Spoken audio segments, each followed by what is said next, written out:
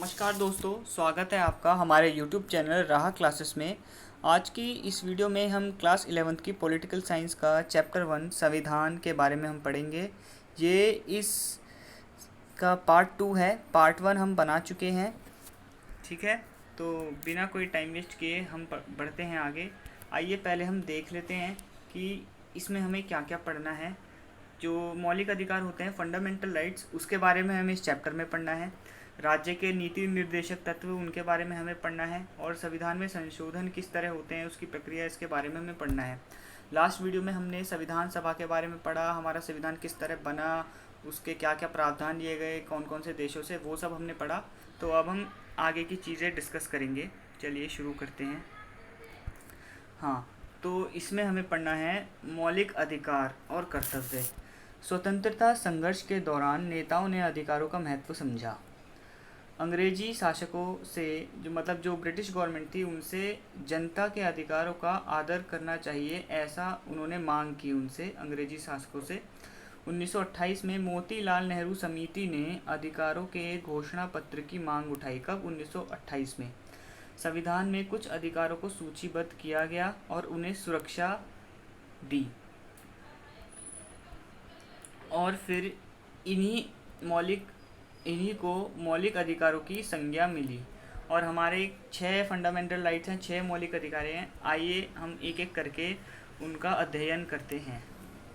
पहला हमारा है ये समानता का अधिकार, राइट टू इक्वालिटी।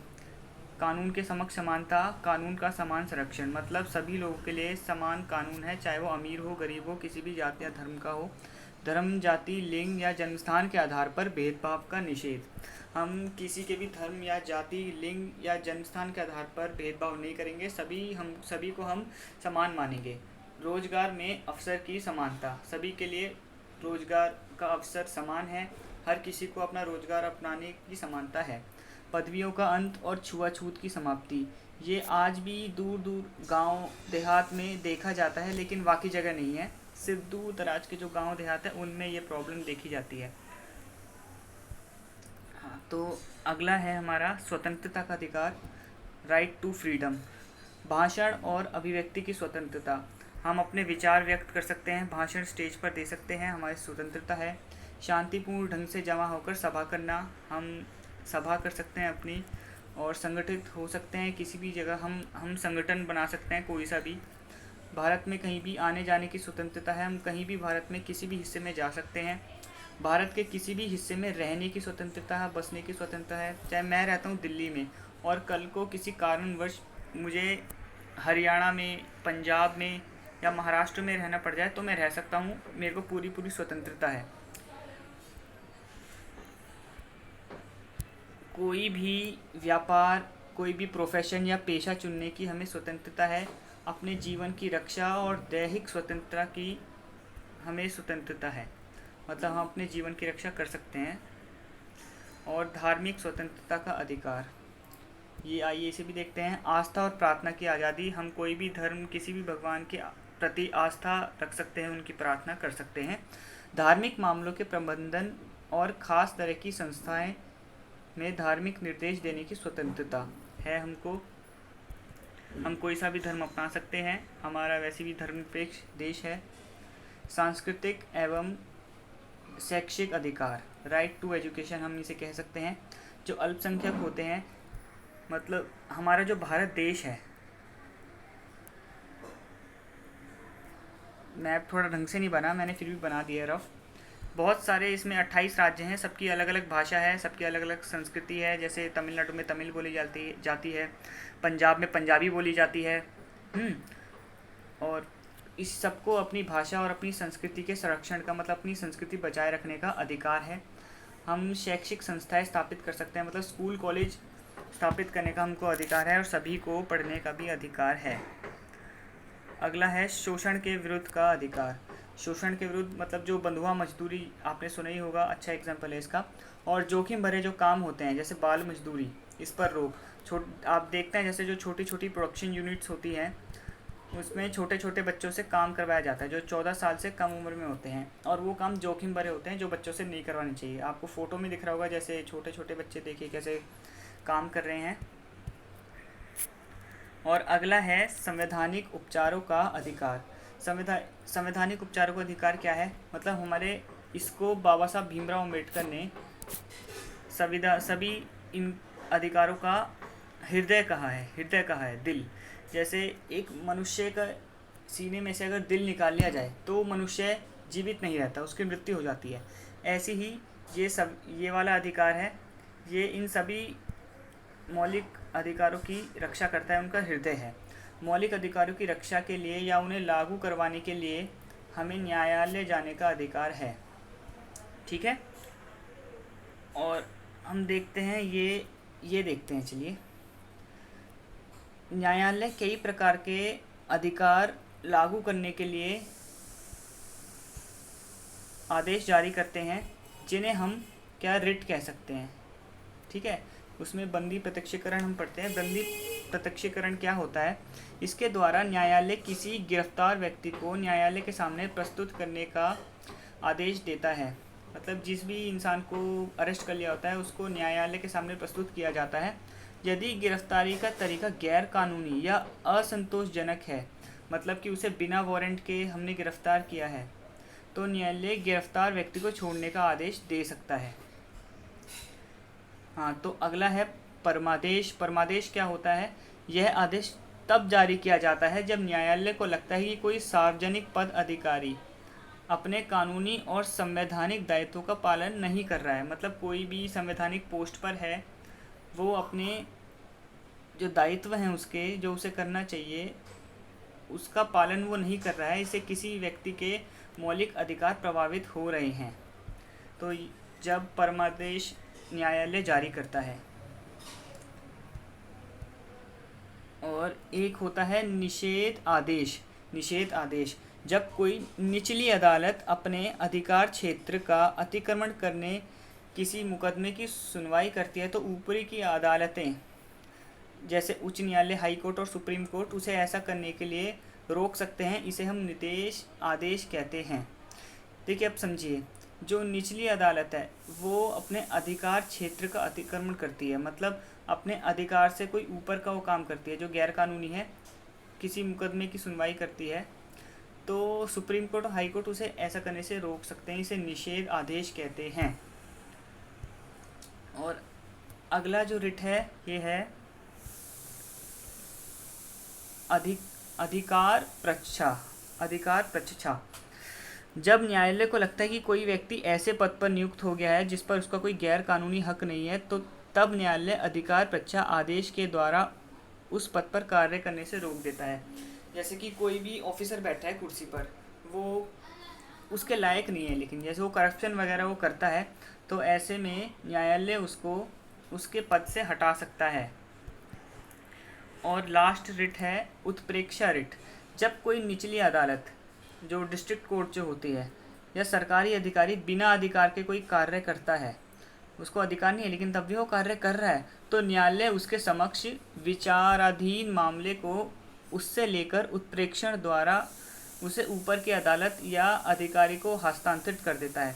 मतलब अपने अंडर का केस नहीं लड़ेगा वो अधिकारी या वो डिस्ट्रिक्ट कोर्ट, उससे ऊपर की जो हाई कोर्ट या सुप्रीम कोर्ट तक वो ट्रांसफ़र हो जाएगा।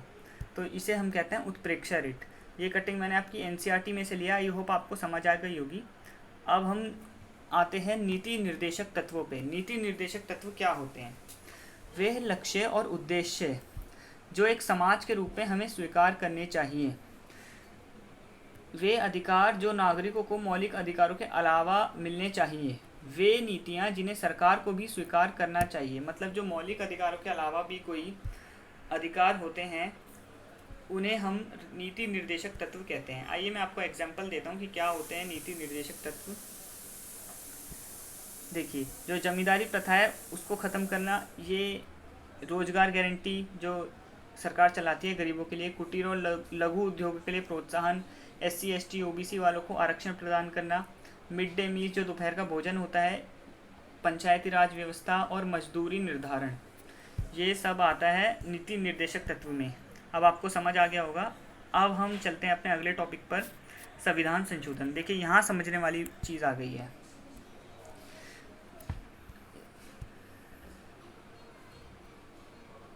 संविधान संशोधन क्या है? यह प्रावधान दक्षिण अफ्रीका से लिया गया है। कौन सा, कहाँ से लिया गया है? साउथ अफ्रीका से। अनुच्छेद 368 अनुच्छेद 368 के तहत हम संविधान संशोधन कर सकते हैं। संविधान में 3 प्रकार से संशोधन होते हैं।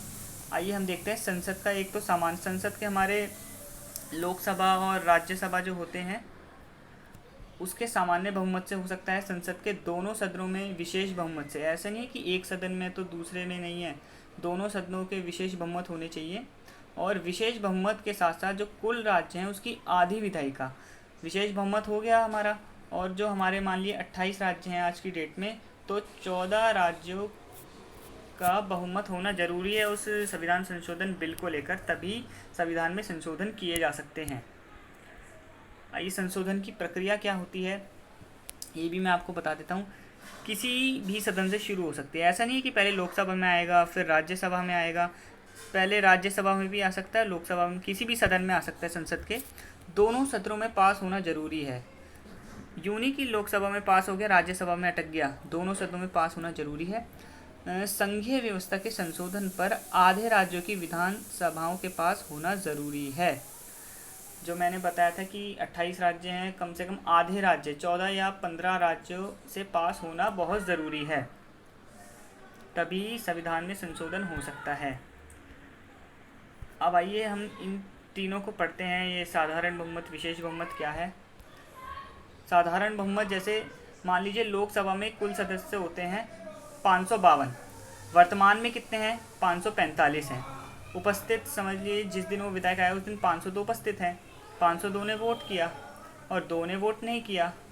502 उपस्थित हैं जिनमें से 2 ने वोट नहीं किया, और 500 लोग जो बचे हुए थे उन्होंने वोट कर दिया। 500 लोगों ने वोट कर दिया, तो फिर क्या होगा? 500 का 50 मतलब आधे से एक ज़्यादा, जो आधे से 500 का 50% प्लस एक ज़्यादा, 500 का 50 हो गया 250 और प्लस एक ज़्यादा, तो 251 सदस्यों का बहुमत होना बहुत ज़रूरी है। ये तो हो गया अपना साधारण बहुमत। अब हम चलते हैं विशेष बहुमत की ओर। विशेष बहुमत क्या होता है?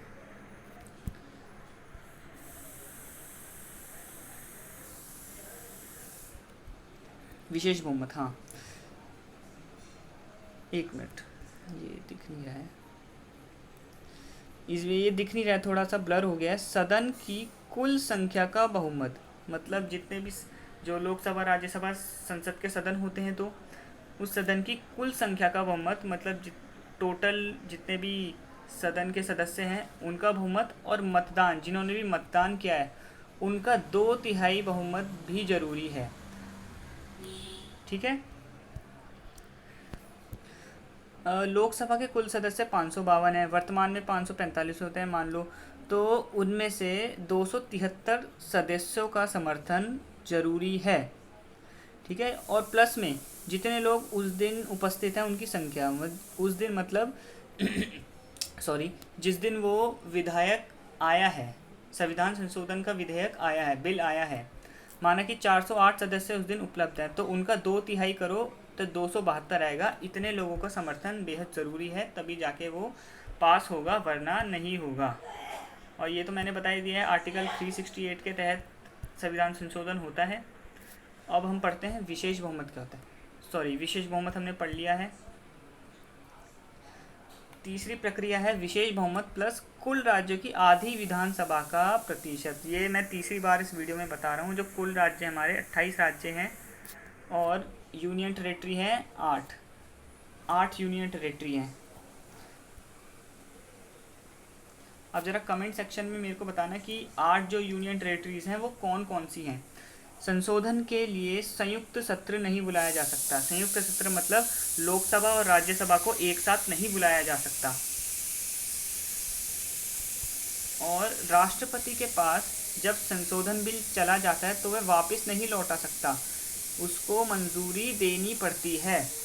ये लोकसभा से पास हो गया, राज्यसभा से ही पास हो गया, फिर वो जाता है राष्ट्रपति के पास। राष्ट्रपति को मंजूरी देनी पड़ती है, वो उसको पुनर्विचार के लिए नहीं भेज सकता, ना ही वीटो पावर लगाकर वो उसे रोक सकता है। मंजूरी देनी पड़ती है तो संविधान में संशोधन हो जाता है। अब हमारा चैप्टर यही ख़त्म होता है वाला। अब हम आपका अगला चैप्टर लाएंगे, चुनाव और प्रतिनिधित्व।